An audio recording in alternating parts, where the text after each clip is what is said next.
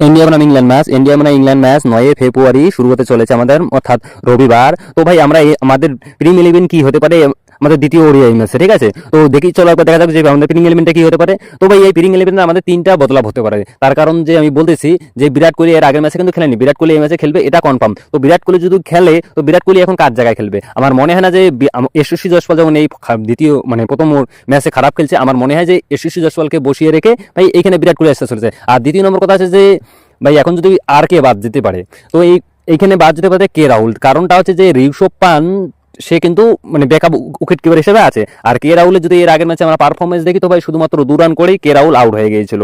আমার মনে হয় না যে দ্বিতীয় ম্যাচে তাকে চান্স দিবে গৌতম গম্ভীর। আচ্ছা, তোমাদের কি মনে হয় সেটা কমেন্টে অবশ্যই বলবেন। তো তৃতীয় চেঞ্জিং হতে পারে যে মোহাম্মদ শামি না হয়তো অর্শদীপ সিং বা হর্ষিদ রানা, ঠিক আছে? এদের মধ্যে একটা চেঞ্জিং হতে পারে। অর্শদীপ সিংকে নিয়ে আসতে হবে, তার কারণ অর্শদীপ সিং কিন্তু চ্যাম্পিয়ন ট্রফির স্কোয়াডে আছে। আমার মনে যেটা হয় সেটা হর্ষিদ রানা 3 উইকেট নেওয়ার পরেও হয়তো তাকে গিয়ে বসিয়ে রাখতে পারে, না হলে একজন আমাদের যে অলরাউন্ডার আছে তাদের মধ্যে একজনকে অক্ষয় প্যাটেল বা হার্দিক পান্ডিয়াকে বসাবে না, হয়তো কেউ কি একটা বসিয়ে রাখতে পারে।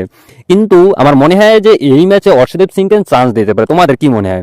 আর বিরাট কোহলি যে এই ম্যাচে খেলতেছে এটা কনফার্ম, তার কারণ বিরাট কোহলি আর আগের ম্যাচে হালকা ফুলকা চোট ছিল বলে খেলে নেই। আর এই ম্যাচে যে বিরাট কোহলি খেলবে এটা কনফার্ম। বিরাট কোহলি ফ্যানদের জন্য একটা ভাই খুশির খবর, তার কারণ আমরা অনেকদিন থেকে অপেক্ষা করতেছি যে বিরাট কোহলিকে দেখতে পাচ্ছি না খেলতে, ঠিক আছে? তো আমরা দেখার সময় এসে গেছে ভাই ইন্ডিয়া বনাম ইংল্যান্ড সিরিজে। কিন্তু হ্যাঁ, এখন খারাপ ফর্ম তো রোহিত শর্মারও প্রচুর চলেছে। রোহিত শর্মা এবং কে রাহুলের খারাপ ফর্ম এই যে শুরু হয়েছে তো আছে ভাই। আর রোহিত শর্মা তো টোটাল তোমাদের 13 থেকে 14টা ম্যাচেই খারাপ ফর্ম। তো রোহিত শর্মা যে তোমাদের কি মনে হয় যে রোহিত শর্মা চ্যাম্পিয়ন ট্রফির আগে ফর্ম ফিরে আসবে?